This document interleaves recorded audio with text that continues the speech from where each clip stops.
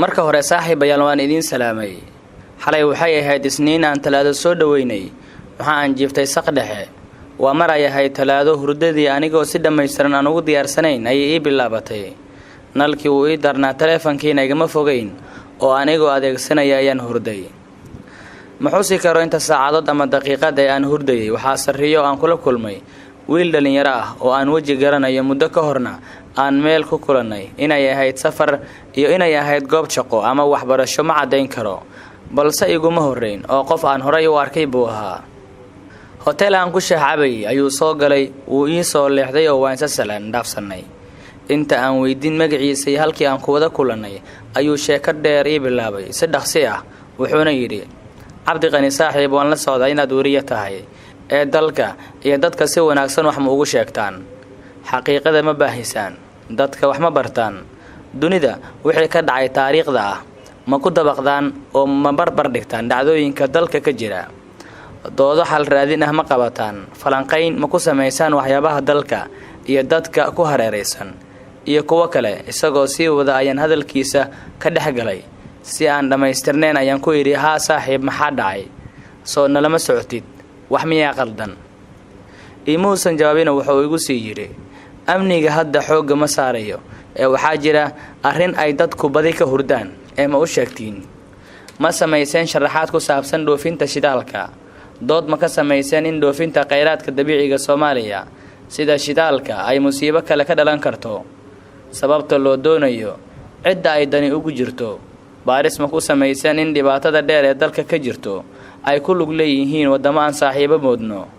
aqoon-yahanada ma ka waraysateen in shidaalka iyo kheyraadka aan leenahay awgii na loo dhibaateeyo yaa ka dambeeya damaca Kenya intaas markuu marayay ayaan saaxiibkay ku dhahay ii sheeg maxaa ula jeedaa oo ku geedaaman soo saarista kheyraadka dabiiciga ah ee aan leenahay markaas buu ii jawaabay wuxuuna yidhi waa halis iyo faa'iido isbabar socda oo aad ugu baahan in looga fiirsado Soomaaliya ma la socotaan in dalal iyo shirkado badan ay ku tartamayaan dhibaato badanna ku hayaan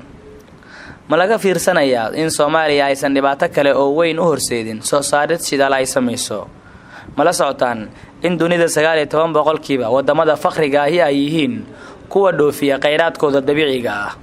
Soomaaliya ma waxay la mid noqonaysaa wadamada South Sudan, Nigeria, Zambia, Venezuela, Congo, Angola iyo kuwa la mid ah oo dhibaato badan dagaal iyo faqri u horseeday in ay soo saaraan kheyraadkooda dabiiciga ah mise waxay la mid noqonaysaa wadamada Qatar, Kuwait, Saudi Arabia, Bahrain iyo kuwa la midka ah oo ku faa'iiday soo saarista kheyraadkooda dabiiciga ah